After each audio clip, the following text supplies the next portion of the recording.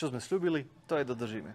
Ale iba trošku. Povedali sme si, že si vyčistíme karburátor, ale karburátor už je vyčistený, čiže si idem spoločne vyčistiť tento piest. Tento piest je vyčistený manuálne v umývačke na radia.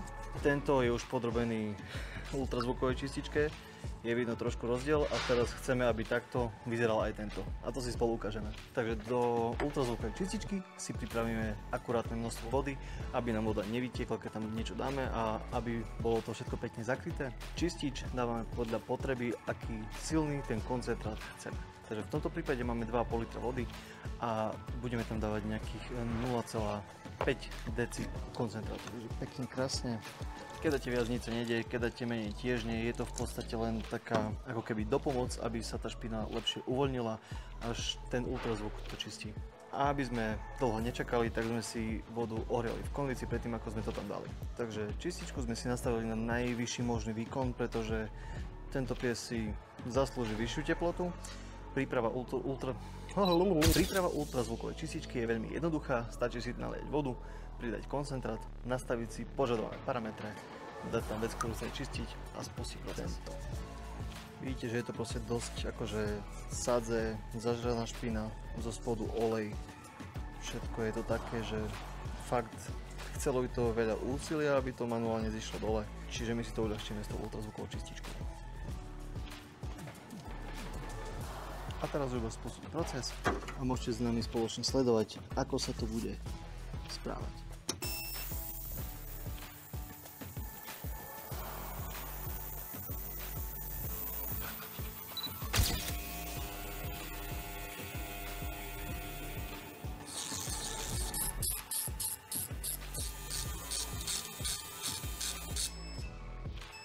No, sa nám to dopieklo. Čo to tu máme? Takže treba si dať pozor, ako to chytíte, kde to chytíte, pretože je to horúce. Keď si to nastavíte na 80 stupňov ako ja, udržiava to peknú teplotu, ale treba dať aj pozor.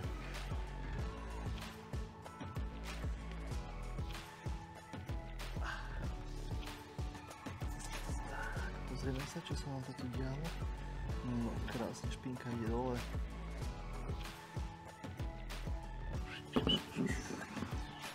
V tomto prípade, keď sme si dali neprimerane malú ultrazvukovú čističku na dosť veľkú vec, čiže je tam vody veľmi veľa, aby som sa nepopálil, tak sa musím vynájsť.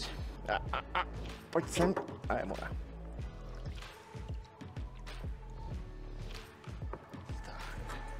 Tak ako môžete vidieť už na prvý pohľad, hrubá špina je preč, škáry sú nejakým štýlom vyčistené, treba to ešte manuálne trošilinku doťuknúť štecom, ale ináč to bude celkom fajn.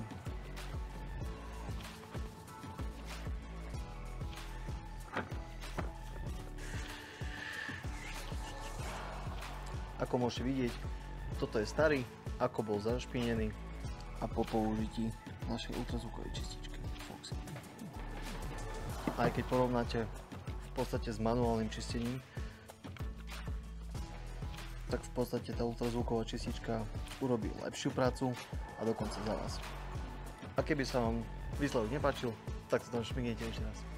Šmignete asi nie iba spíš. A v prípade väčšieho znečistenia, alebo že by ste neboli spokojní s výsledkom, tak treba proces opakovať. Ak chceš, aby som vyčistil aj tvoje piesy takto, tak na to zabudni. Ale môžeš si kúpiť takúto ultrazvukovú čističku sám na profigarage.sk alebo CZ a doručíme do 24 hodín. Aj Česko, aj Slovensko.